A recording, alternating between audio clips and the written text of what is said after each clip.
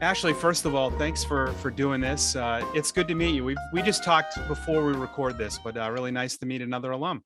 Thanks. So happy to be here. So tell us a little bit. One Mission. I've read about it, but coming from you, the founder, is always the best information to get it from. Sure, happy to chat about One Mission. So, I started One Mission in 2009 after my firstborn had cancer when he was an infant. So, as we were just discussing, I was at Framingham State. Back then it was Framingham State, getting my master's degree. I really wanted to be a therapist. Mm. That was my plan. That was my plan. And I got pregnant and I was going at night, so it was no problem to have a child, even going to night school there. And then subsequently, he came down with cancer. So he was 7 months old when he was diagnosed with cancer. He had acute myelogenous leukemia, Yeah. AML.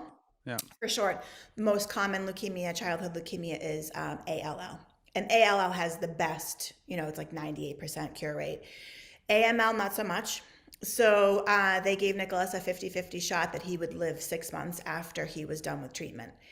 And I think, back in the day, it was a long time ago, but back in the day, the hospital was a barren, like, it was just a hospital.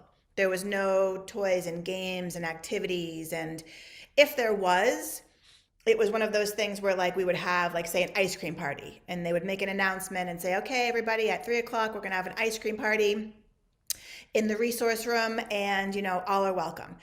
And people laugh when I say this, but you literally plan your entire day around the ice cream party, I'm sure. right? You're like, okay, you shower from this time to this Mhm. time, and I'll shower from that time to that time, and then we'll take a family nap, and then ice cream party. And so, I'm a pretty vocal person, and I would say, like, why don't we have any ice cream parties? Why did we only have one? And or like, why am I watching this family next door, in our room next door, struggling? Like, can I give them my parking passes? We don't even leave. So, like, or can I secretly pay for someone's parking? I used to do that a ton. And it would just became like a running list, literally a pad of paper of everything that I felt like needed to change at the hospital. And so then we finished treatment, we're home, and I just kept this itch. It was like, all these people are getting diagnosed and all these families are super anxious and scared and lonely. And I felt like I needed to help. So I quickly started a nonprofit. And Mm. so we've helped, I don't know, over 14,000 families. Um, we've raised, actually, I take that back. We've raised over $14,000, helped over 40,000 families. And it's really like the little things, Yeah. like paying for parking. And we put on catered meals. That's our biggest one. Catered meals. Like, you don't think about it unless you've ever been in that situation. But when you're living in the hospital with a child, the hospital will pay for the child's meals, but not mom and dad. Yeah. And it's expensive. I'm sure. Think about, like, even if it's $40 a day, but the average kid's in the hospital at first for 45 days, and then they're back and forth over the course of several years. Like, it all adds up. Parking. So I just decided to take all of those needs and turn them into programs. And Yeah. we're really like what I call a friends asking friends. Like, we're really community driven in our fundraising.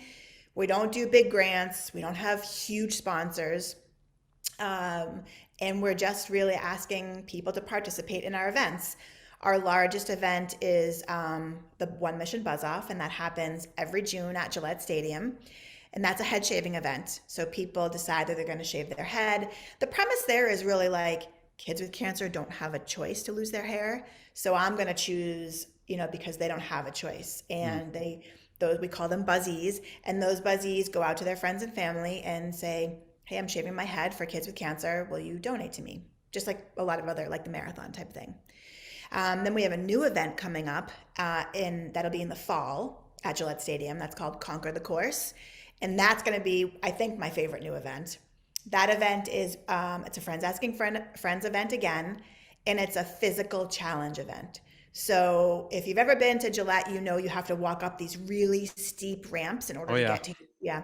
So we have to run or walk. I'm going to walk it. Run up the ramps, get up to the concourse level, and then there's all sorts of physical challenges. And the premise behind that one, similar to the Buzz Off, is when you're a child and you're in cancer treatment, you really don't know what's coming up.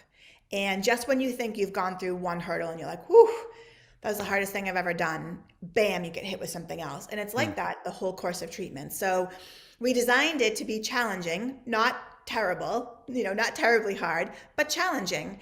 And so people can choose how hard they want it to be. Like if you did it once, you'd be like, okay, that was hard. But if you did it twice or three times, you would walk away saying, wow, I can't believe I did that. So the premise behind that is really like how many times are you willing to conquer the course for kids with cancer? So that's just the general commercial of One That's Mission. that's fantastic. What's great is that with what you went through, you were able to find kind of I think a positive out of it. What can I do to help families? And that's pretty remarkable that you have that vision, and that's those small little thoughts in your head built this, which I think is remarkable. Thanks. Yeah, Yeah, it was, I think it was really driven out of, I don't want to say guilt, but kind of, there is sure. this guilt. There's survivor guilt, that my child Mm, survived when others didn't. And then there's also, this guilt about like being able to get back to life and get back to work where other families didn't. So I turned what was kind of like a negative emotion into yeah. something that could be helpful to other people. Everybody that I've talked to has a great story how they landed at Framingham State. And what I like about it is that they're not all a straight line. I went to high school, I applied, I got there. A lot of them is I had no idea. I didn't know if I'd like the school. Once I went to the school, I loved it. And I know you kind of have a similar story. I do. So again, high school was really hard for me. High school was hard for me, and now looking back many years later, I can see that it was because I was raised in a very traumatic home. So for me, studies and going to school was not my first priority. My first priority instinctively was survival. So I just didn't take my school seriously and I cut class a lot. So I barely graduated and I actually ended up going to Merrimack first. I went to Merrimack because, and I wanted to be a doctor. I really wanted to be a Mm, doctor. So I get there pre-med and I could not get through the chemistry. Like I just couldn't, because I didn't have a good base from high school. So I remember like really being upset. And my chemistry professor puts his hand on my shoulder and he was like, listen, if you can't get through this level of chemistry, you're never going to make it through organic chemistry. Like, I mm. really think you should switch majors. And I was like, what? I was so devastated. And he said, I read your entrance exams. I think you should be a writer. And I was like, I don't want to be a writer. So he's like, what about psychology? You can be a helper in other ways. So anyway, long story short, my parents pulled me out of Merrimack. They were like, listen, we're not going to pay for you to party. Like, come home. So I came home and I found community college because I needed to pay for my own school at that point. My parents were like, not happening. So I went to Mass Bay and then I realized like, okay, I think I could do this psychology thing, right? Like maybe I could be a therapist. So then I found Framingham State and it was life changing. I Mm. had some of the most amazing professors. Johnny Buds, who I don't know if you ever took psychology classes when you were there. Johnny Buds is no longer with us. I took every class he offered. Yeah. Dr. Diaz, I took every class he offered. The thing I really liked about my professors there is they were not just academia, right? They were in the field. Yeah. They were also teaching. And that made it like they brought real life stories, from the hospitals or from their patients. And it made it really fun to learn. So, I can't, I could go back to school there in a heartbeat. In a perfect world, I would teach there someday. Yeah. So I mean, that school really changed you. I mean, it Oh my God, it seemed was like it was a amazing. life changer. Yeah. Is that intimate? I feel like there's a lot of being up on the hill. It's Mhm. intimate. There's a lot of charm to the school too, which I think helps Yeah, students kind of settle in there. totally. The one thing I wish I could change, could we get a conveyor belt for that hill?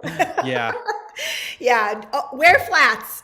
Yeah, that's my advice to everybody who says, "What can I do when I get to college?" My next door neighbor at the Cape, actually, her daughter goes there now, and I said, "Wear flats."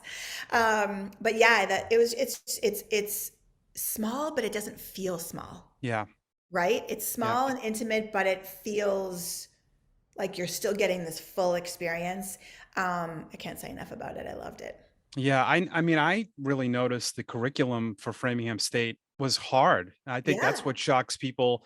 I knew a lot of people that went from like a big 4-year school to Framingham State, and they were saying, "Wow, my private university wasn't this hard," which I Yeah. think is good to challenge kids. 100%. I had to take statistics twice at Framingham State.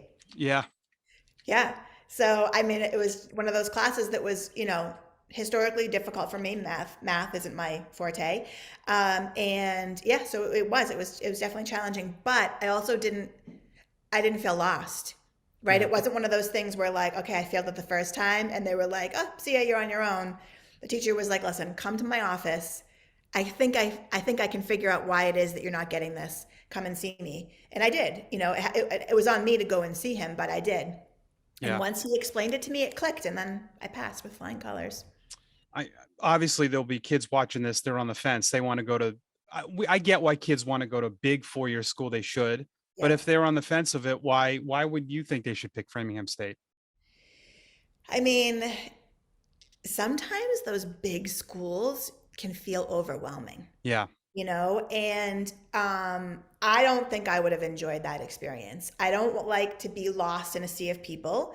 I need to have personal connections, and I like to dip in and out of that introvert extrovert, right? yeah, There's lots to participate in at Framingham State, and again, it doesn't feel like this small little school, but it's not like this 30-acre campus where you're like, oh my God, I don't even know how to get to my next building.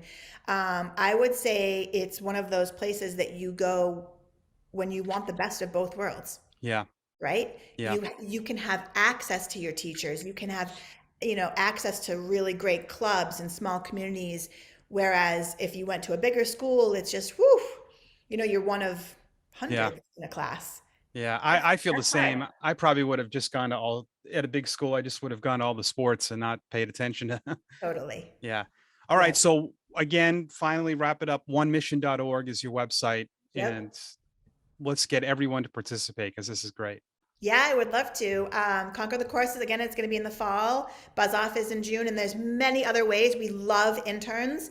Anybody who is Great. local, and we love interns. We always need volunteers. There's lots of ways, but you can always reach out to me, Ashley at onemission.org, if you're interested in helping. All right, Ashley. Thank you. Thanks for having me.